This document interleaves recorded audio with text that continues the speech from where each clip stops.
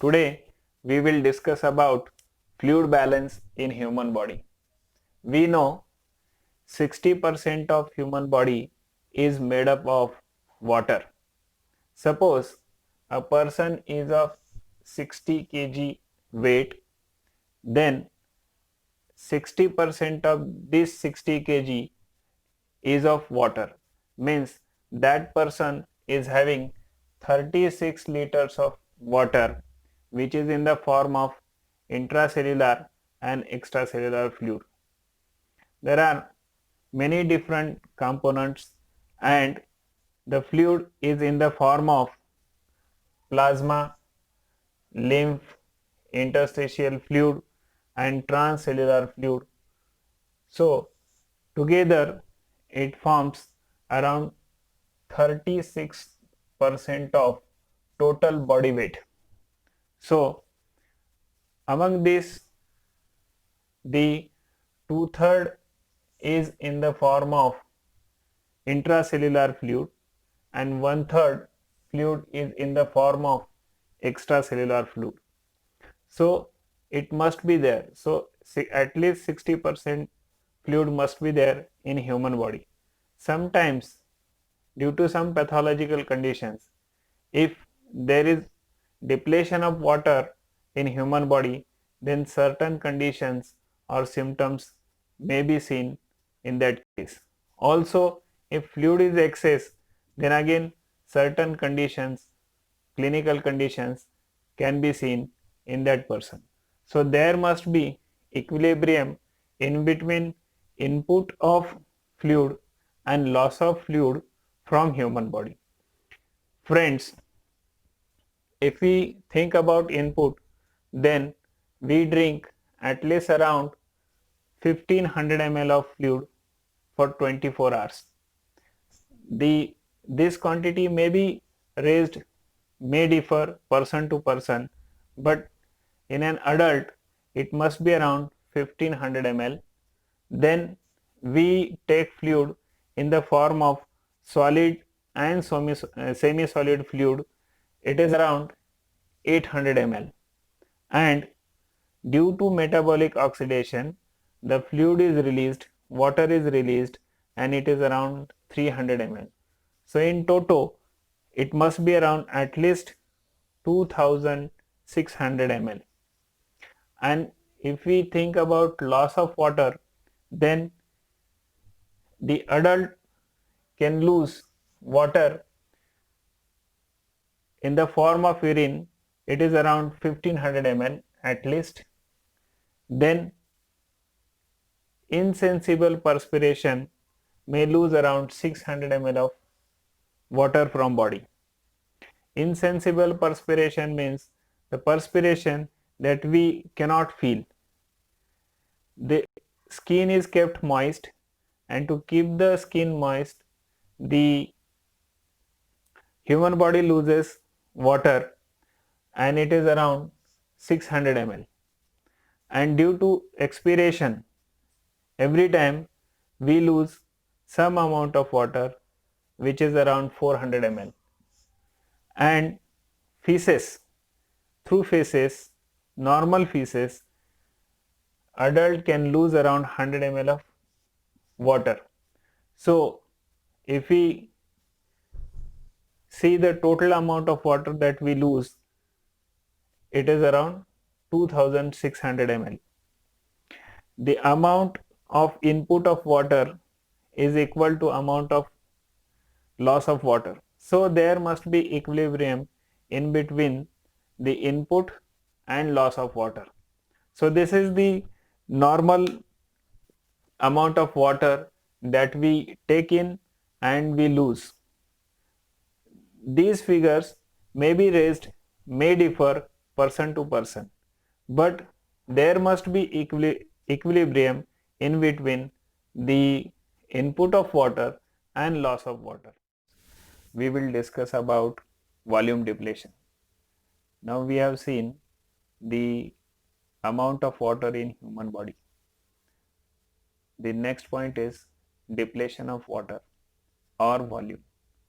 This is important to learn because depletion of water can create so many symptoms in human body. So we must learn depletion of water or fluid in the body. Depletion means what? Decreased amount of water due to certain pathological conditions. That is termed as depletion of water.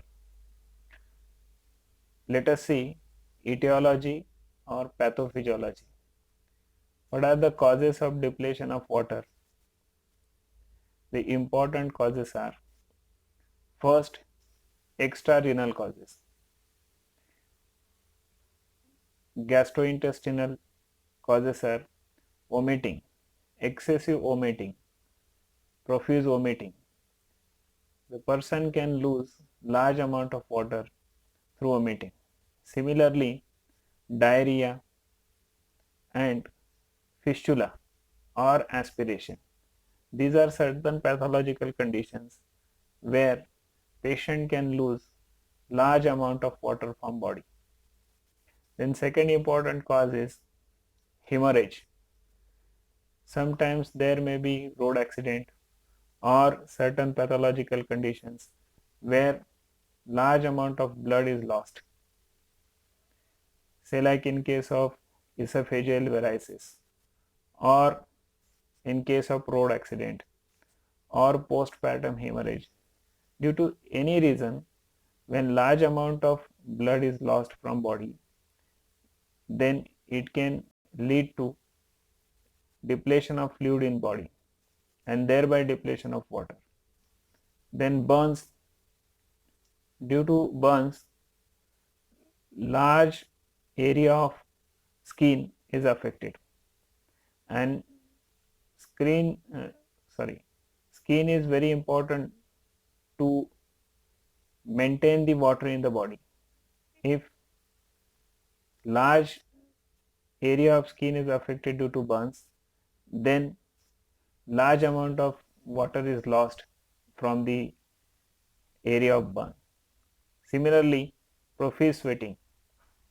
Certain pathological conditions where the patient may have perspiration or continuous sweating, and due to sweating again large amount of water is lost. Then sequestration within the body, say like in case of ascites. This is pathological accumulation of fluid in peritoneal cavity.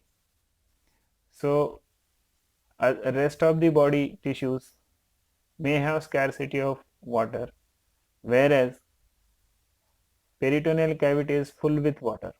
Similarly, in case of hydrothorax or pleural effusion, large quantity of water is accumulated in the lungs. Then peritonitis or acute dilatation of stomach, obstructive or paralytic ileus. In these pathological conditions, water is accumulated at the site of pathology. Then renal causes. Renal parenchymal disease, diuretic phase of acute tubular necrosis, post-operative diuresis. These are certain conditions where large amount of water is lost from excretory system or from kidneys. Then chronic renal failure, interstitial nephritis, salt losing tubular nephropathy. These are again certain conditions where water is lost.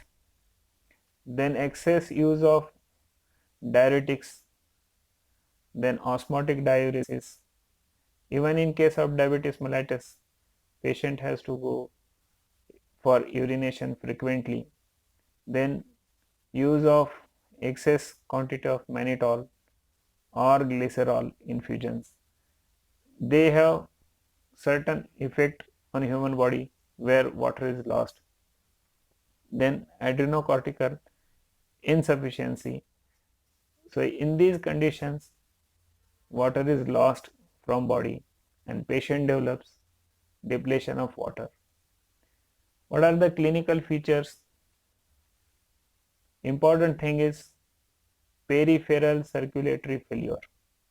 If large quantity of water is lost from body, immediately patient can develop peripheral circulatory failure. Then extreme weakness, excessive thirst, restlessness, anorexia, nausea, vomiting, dryness of tongue, dryness of eyes, dryness of axilla, rapid pulse, low volume pulse, tachycardia, peripheral vasoconstriction, and imbalance of electrolytes. These clinical features are seen in this condition. Now we'll see the treatment. What is the treatment? First, we have to rehydrate the patient. And to rehydrate the patient, very simple formula given by WHO. Sodium chloride, that is household salt, 3.5 gram, sodium bicarbonate 2.5 gram, and potassium chloride 1 gram. And the presence of dextrose is important for the absorption of these components from gut. So dextrose 0.2 gram must be mixed with 100 ml of water, and this solution plays very important role which can overcome the depletion of water. Now friends, we will see volume excess. When the amount of water is increased in the body, then certain pathological conditions are developed. So this condition is called volume excess. So it is characterized by increase in total body water along with total body sodium. What are the etiological factors? If we see etiopathogenesis, first important cause is cardiac diseases, congestive heart failure, constructive pericarditis. In these conditions, due to pathological conditions at the level of heart, the heart is unable to pump properly, then patient may land in heart failure and there may be accumulation of fluid in the body of person. Similarly, in case of constructive pericarditis. Then non-cardiac disorders, hypoalbumin states where there is hypoproteinemia, vena cava obstruction, cirrhosis of liver where there is failure of liver cells, and positive pressure breathing. In these conditions, there is accumulation of fluid, maybe in extracellular fluid in the body. Then increased effective circulatory volume. In case of acute glomerulonephritis, primary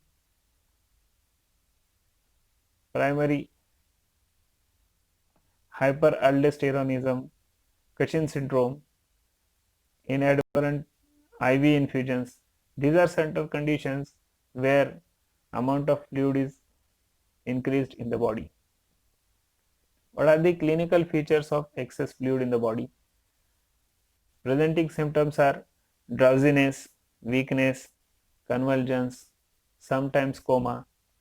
Then pulse, BP, urine output may remain normal. Then low hematocrit values, because the fluid is increased in the body, so the blood is diluted. So low hematocrit values, high MCV, and serum sodium is low, and also blood urea is low. So these are presenting features in these patients. What is the treatment? Treatment is again intake of fluid must be restricted. Sometimes it is discontinued.